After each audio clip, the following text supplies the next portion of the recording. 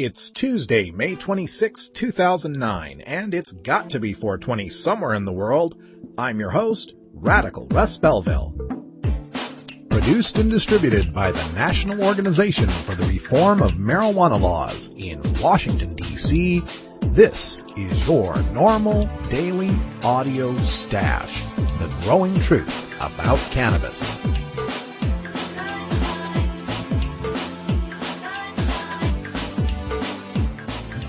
Welcome to the most popular podcast regarding marijuana in all of America and all the world, featuring interviews with scientists, politicians, doctors, prohibition policy activists, regular cannabis consumers, musicians, and NORML staff and NORML's board of directors, along with music and comedy no other podcast can offer.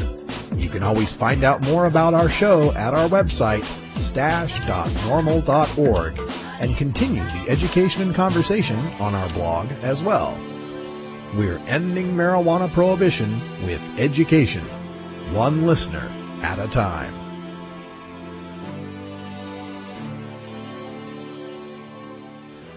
The podcasting and blogging technology for the NORML Daily Audio Stash is provided by Red Aphid Interactive Media. For your professional web design needs, visit redaphid.com. Hey Stashers, Radical Russ here. You are listening to a best of the Daily Audio Stash for the week of May 26, 2009. We're getting ready for the Aspen Legal Seminar on June 4th, 5th, and 6th, so we're going to have some downtime here at the Stash.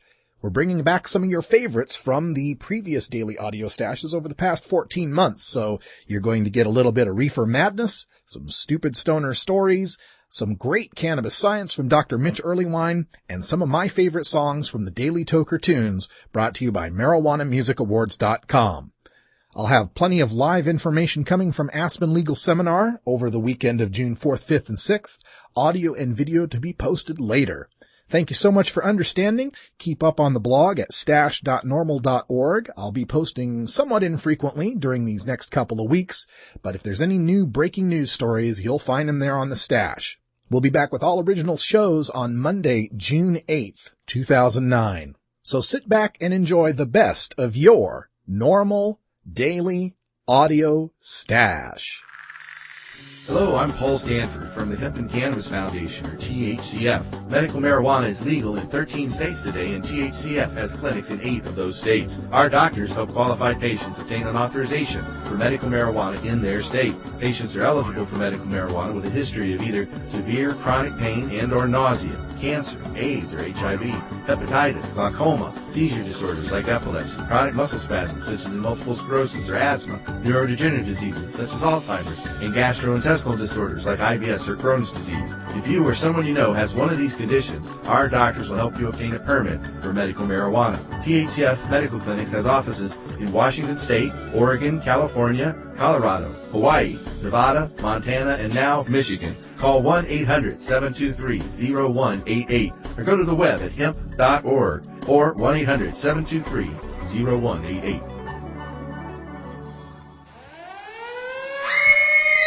Marijuana is an addictive drug which produces in its users insanity, criminality, and death. Marijuana is the most violence-causing drug in the history of mankind. If the hideous monster Frankenstein came face to face with the monster of marijuana, he would drop dead from fright. Reefer Madness. Dr. Phil focuses on cannabis, ignores antidepressants in Omaha mall shooting. Last year, there was a horrible tragedy in Omaha when Robert Hawkins, 19, went to the mall and began shooting innocent people, killing 8 and himself. Yesterday, Hawkins' mother Molly appeared on the Dr. Phil television program so the two of them could get real about what led her son to go on a shooting rampage. New Dr. Phil, the deadliest mall massacre in U.S. history.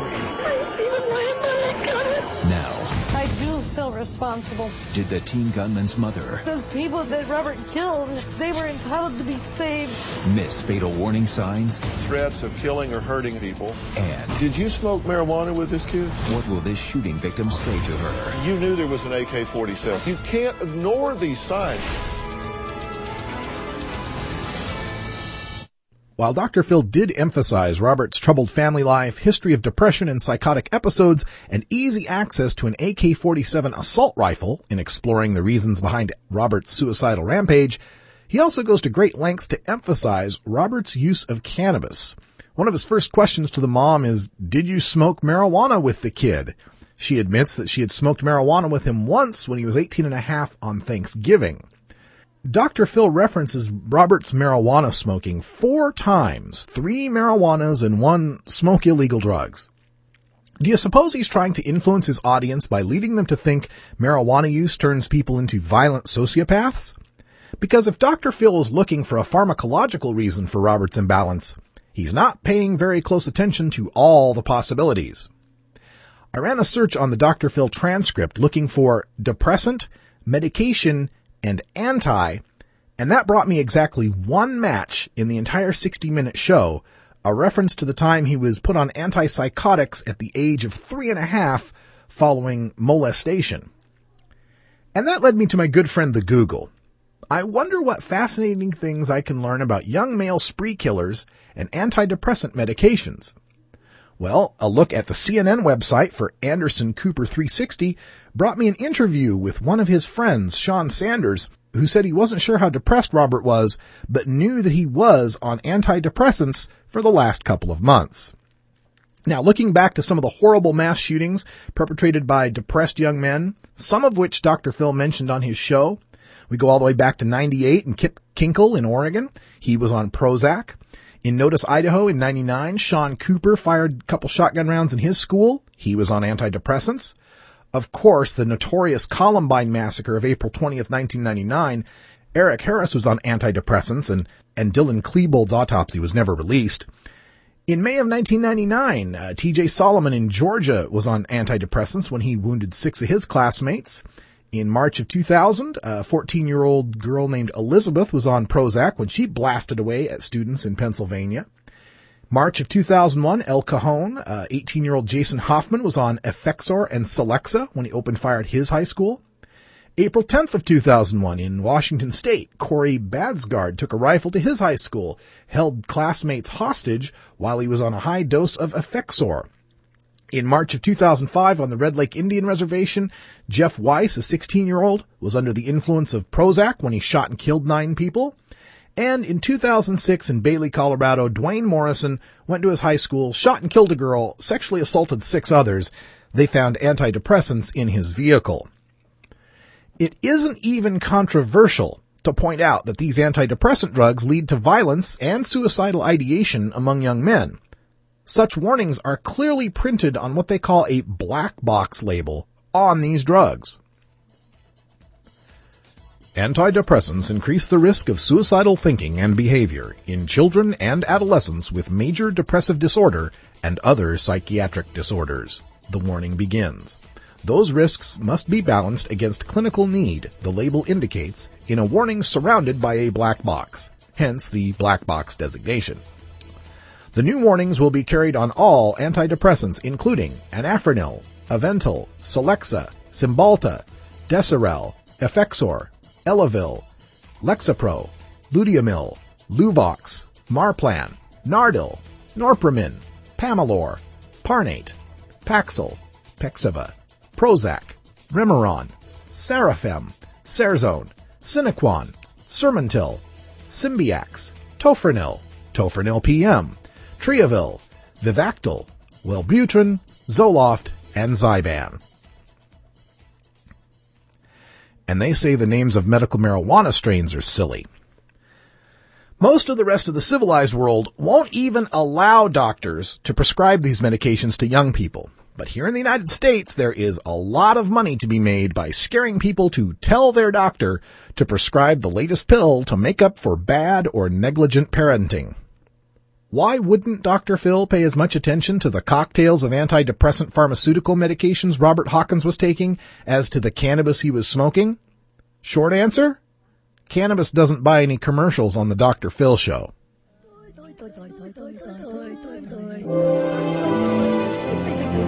Stupid Stoner Stories.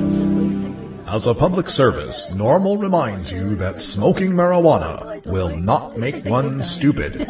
However, some stupid people do smoke marijuana. Don't be one of those stoners that make the rest of us look bad. Learn your lesson from today's Stupid Stoner Story. Portsmouth, New Hampshire. Minutes after he was arrested on bail for marijuana possession, Adelbert Harvey was arrested again in Market Square Tuesday afternoon for allegedly mooning people, say police. As a result, Harvey, age 35 with no permanent address, faces 3 Class A misdemeanor charges of possession of drugs, breach of bail conditions, and indecent exposure/lewdness. According to police, they received reports from witnesses nearly 10 minutes after Harvey was released about him exposing his buttocks in the middle of downtown. Prosecutors argued that Harvey should be held on cash bail because of the fact that he violated terms of his release nearly 10 minutes after being arrested for the marijuana charge. Judge Soego Gardner asked Harvey if the court could trust him to stay on good behavior, after which he responded with, quote, "If I don't drink, I guess," end quote. While admitting to having a drinking problem, Harvey said he was still intoxicated when released on the first charge and called his latest arrest a wake-up call. Don't you just hate it when you get a story about a messed up alcoholic doing something really stupid? But since marijuana is illegal, people will equate breaking the law on marijuana with the stupid things that were caused by the alcohol.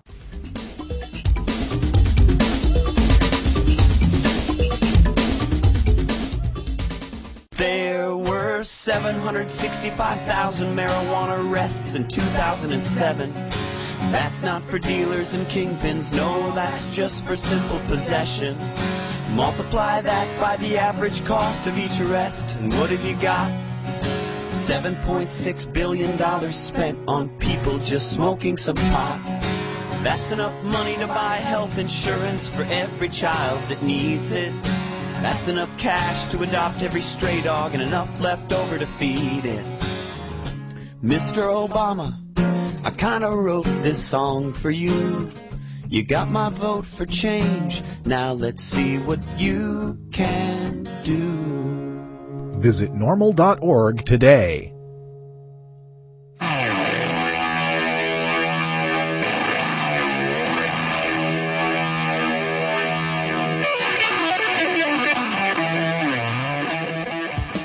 The battle to end adult marijuana prohibition can sometimes seem endlessly frustrating and impossible to overcome.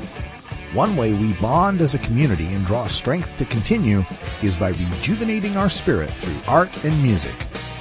The Marijuana Music Awards exist to recognize those sonic artists in all genres of music who feature a ganja-friendly message to motivate and inspire all the cannabis community.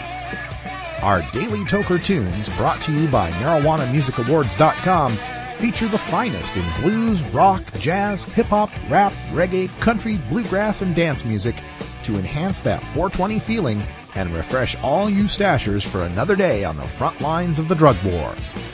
Enjoy this cut from MarijuanaMusicAwards.com and visit our blog at stash.normal.org to learn how you can vote for your favorites and enter your Toker tunes in the 2009 Marijuana Music Awards.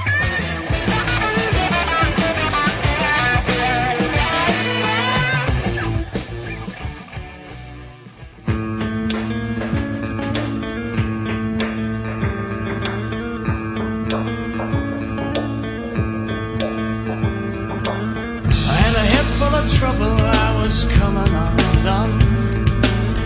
Everything I did or didn't do, ever wanted to, was wrong. But the haze is burning away in the heat of the sun, and the wind is lifting me out. My life has just begun. Drift away on the wind like smoke, like smoke. Drift on the wind like smoke, yeah. Drift away on the wind like smoke, like smoke. Drift on the wind like smoke, yeah. Drift away on the wind like smoke, like smoke. Drift on the wind like smoke, yeah. Drift away on the wind like smoke, like smoke. Drift on the wind like smoke, yeah.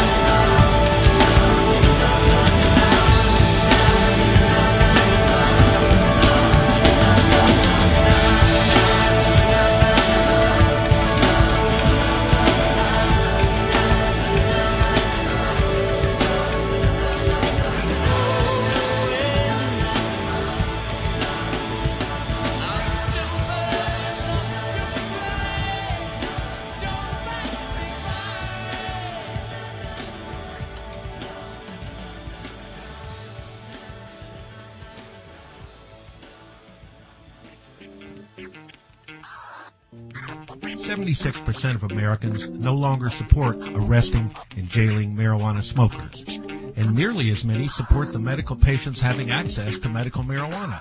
And over 80% of our citizens now believe the war on drugs is an ineffective failure. So the question is, when will the government's misguided war on adult marijuana smokers finally end? When? Simple. When you and your like-minded friends, family, and coworkers get involved with an organization such as the National Organization for the Reform of Marijuana Laws, also known as NORML. My name is Keith Stropp, and I founded the organization in 1970. Contact us at NORML, toll-free, 888-67-NORML, or by visiting the organization's up-to-date webpage at www.norml.org.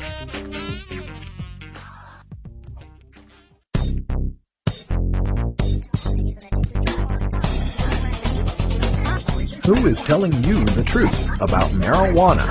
The government? Scientists? Doctors? Which claims are scientifically valid and which claims are reefer madness? Every Wednesday we separate the stems of propaganda from the buds of truth with NORML's look at cannabis science. As we do Wednesday on the Daily Audio Stash, we're always joined here for Cannabis Science by Dr. Mitch Earleywine, who's an associate professor of psychology at the State University of New York in Albany. Dr. Earleywine, welcome back to the Stash. Great to be back. Hey, I was going through the Google, as it's called, and I noticed a story coming out of Long Island. One of the Long Island papers here mentioned a study that you've published having to do with teen use of marijuana in the states that have passed medical marijuana laws. And of course, you know, the big message here, they always said that if we passed medical marijuana, it would send kids the wrong message. So what kind of message have the kids received from medical marijuana? In fact, if it translates into use, they're not getting a bad message at all. It looks like every state that has passed medical marijuana laws has either seen a leveling or a small decrease in use of cannabis subsequent to the passage of those laws. Some of those states have had these laws enacted, a long time ago, others more recently. California is probably the test case, and it's been 11 years since they've had medical marijuana, and we've actually seen decrease in teen marijuana use in that state. Rodney Skager talks about this in a chapter in my book, Pot Politics, and points out that, in fact, it was very hard for him to get the word out that this was the result after the passage of the medical marijuana laws there.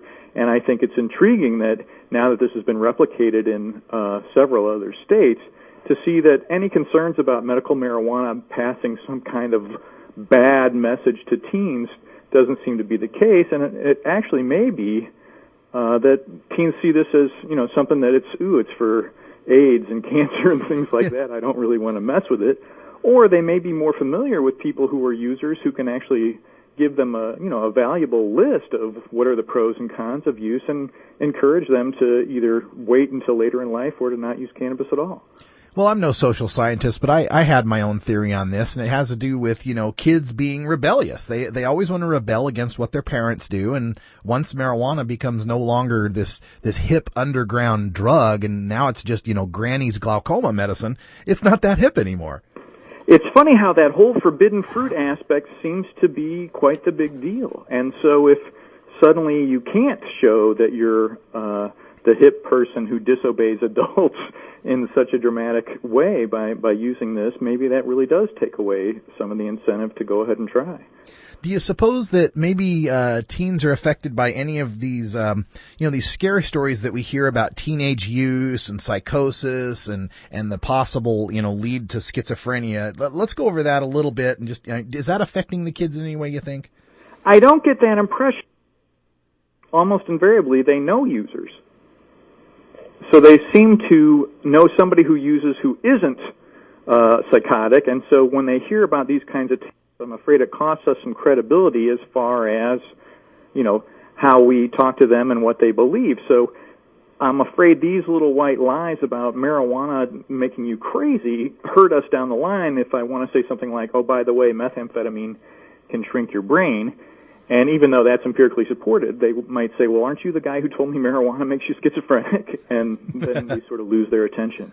Sure. And speaking about shrinking the brain, that was another one of these scare stories that just recently came out where they showed that the people who were heavy marijuana users had shrinkage in their hippocampus and amygdala. And what did you have to think about that particular study? I looked really closely at that, and actually it's extremely well done. They found a very small sample of folks who were extremely heavy users and who didn't use tons and tons of other drugs, which is often no easy feat. But these were guys who smoked 5 joints a day every day for over a decade.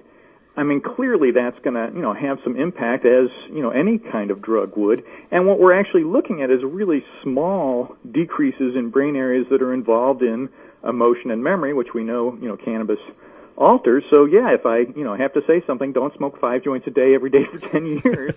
I'm not sure how many, hundreds of thousands of people should be arrested given those data, but Right. The study was actually really well done and by a team that's very good with that kind of brain structure analyses. But I should mention too that 5 beers a day would be markedly worse for not only the hippocampus and amygdala, but actually the brain ventricles and things like that. So clearly, relative to other illicit drugs, these harms are relatively minor. Yeah, it's something that NORML's deputy director, Paul Armentano, pointed out, is that every time they do these studies to try to purport these harms from marijuana, it always seems like they're getting the guys that are, stoned all day, every day, massive quantity amounts of cannabis. Well, as you can imagine, it's really hard to find these effects with anybody else. So somebody who's just getting high on the weekends, even if it has been for a decade, is unlikely to actually show these effects, in part because, the brain is very plastic. The brain adapts, and the brain can make dramatic rebounds, even if there were small, minor effects of using cannabis once in a while. Another one of the big scare stories, and this one always seems to come across just about every year, the ONDCP releases their potency monitoring project report, and this year they say, marijuana's twice as bad. It was 4% in the 80s and 9% now, which I guess is a good thing because they're not saying it's, 20 times or 400 times as bad like I've heard in some other stories. But how does marijuana's potency affect the user in any way? This is comic because the late John Morgan pointed out that in the 1970s they were already talking about marijuana being markedly stronger. In the early 1980s, Peggy Mann published a book suggesting that marijuana had increased 100 times, which I guess it would be all pure THC now or something. I mean, it's just clearly an overestimate. This new data, however, is extremely accurate. I really trust El Soli and the group down there who does these analyses. What's curious about this, though, is that they're getting more and more of the, shall we say, international crop, and that seems to selectively weighted into the computation of the average. So I do not really think that the average person is getting 9% THC in his or her cannabis purchased throughout the United States. But then the tacit assumption is, oh yeah, stronger pot, more dangerous, ooh. And, I mean, I can understand if you're accustomed to, seeing somebody down a big bottle of whiskey versus just drinking a beer, that maybe you would think, oh, more potent, more dangerous. As, Tashkin's lab and a few other folks have shown, James Zagney in particular, people tend to moderate how big a puff they take and how long they hold the inhalation, depending upon the strength of the cannabis. And this research was done with cannabis that was 2% and 4% THC. I'm quite optimistic that folks who are inhaling 9% THC cannabis definitely moderate their dose and often brag that this is one-hit pot, that this is not the kind of thing where you have to use as much. And so, of course, although we know, cannabis doesn't cause lung cancer, there are respiratory irritants in smoke, and you're going to be exposed to markedly fewer of them by using this strong cannabis.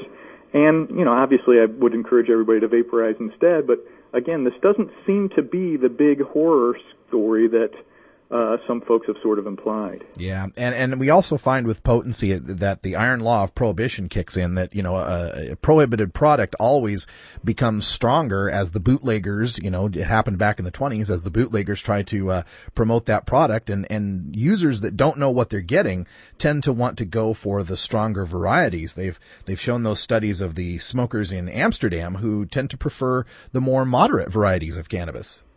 It's funny, too, because back in Prohibition, when my grandmother was running various things to help people out and getting their alcohol, you did find that it was ease of transport that was the big issue. So you could get, whiskey across much easier than a comparable amount of alcohol and beer simply because it was a smaller volume. And we do see this kind of same reaction to cannabis under the situations that we're in with Prohibition. I would be curious to see if not only could we see people cultivate out in the open and take advantage of the idea that you don't need the strongest product in order to have the best one, but also a lot of times we're seeing folks report, oh, this is really strong, but they don't have any real measure of the THC, and there may be other cannabinoids in there contributing to certain effects. The medicinal effects seem to be related to cannabidiol as well as THC. So we've got a big opportunity here to look at a really complex plant that does all kinds of wild things to the body, and yet we don't get that opportunity simply because of current prohibitions. Yeah, I often imagine the day when prohibition is ended and marijuana is legally taxed and regulated, and how nice it would be to be able to get some consumer marijuana, and right there on the package maybe it would have the percentage listings of THC and cannabidiol and all of these other components of the plant. It'd be a very nice system to live under for sure. Well, and then the fun of that opportunity is it's easier to add age restrictions, to gain tax and regulated funds, and really make good use of that money to increase public awareness about any negative health consequences and encourage folks to come in for treatment if they feel like they're using maladaptively, and let others just enjoy it as they wish. Well, Doctor, one last thing here. You had sent me this little bit from one of your students, and I thought this was quite interesting on how people perceive how pot is going to affect them may actually affect them when they have tests on their use of pot. This was an intriguing study, and I'm really pleased with my student Allison Luby. She's done a great job on this. But basically, we had folks who'd smoked many times in their lives come into the lab, and they read a little paragraph saying either, oh, by the way, marijuana makes you really bad at these tasks, or by the way, marijuana doesn't have any effect on these tasks. And the men did basically just as they were told. If they were told, hey, this is going to impede your performance, sure enough, they did worse than if they had read the paragraph saying marijuana doesn't have any effect. Which makes me think that in some ways this sort of stereotype threat about cannabis and cognitive performance may be the source of at least some of these effects we see in the literature about, oh, marijuana messes up your performance on neuropsychological tasks. The funny part is that the women did the exact opposite. And I think for women, being a cannabis user may be, you're more in the rarity and you really want to combat any stereotypes. So when women read that marijuana was supposed to impede their performance, they actually did better than if they read that marijuana had no impact. And I think the moral there is, hey, don't mess with women who use cannabis. I get that's a good lesson for any time, I believe. All right. Well, thank you, Dr. Earlywine, for joining us again here on the Daily Audio Stash with all the news about the cannabis science that we can use here. Splendid being on the show. All right. Thanks, Mitch. It's tough talking to kids about marijuana, especially if you might be a parent who dabbled a time or two in your youth. So to help you out, get your copy of Dr. Mitch Earlywine's latest book, A Parent's Guide to Marijuana.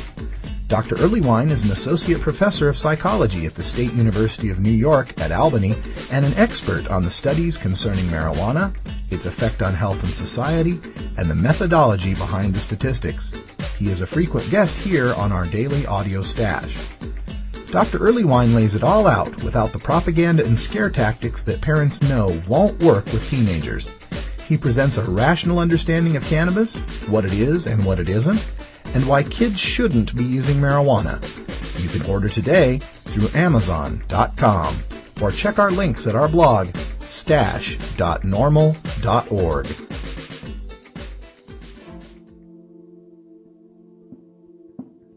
Thank you for downloading the NORML Daily Audio Stash, the growing truth about cannabis. We are produced by the National Organization for the Reform of Marijuana Laws in Washington, D.C. Our executive producer is Alan St. Pierre.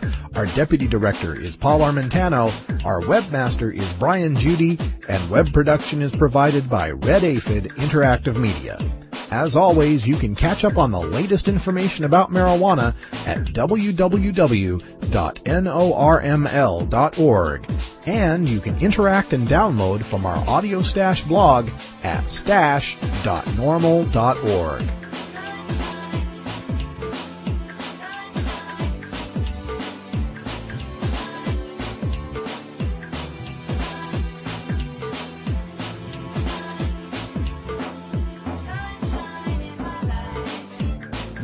For everyone here at NORML, I'm your host, Radical Russ Belville, hoping all your harvests are bountiful and your encounters with law enforcement are non-existent.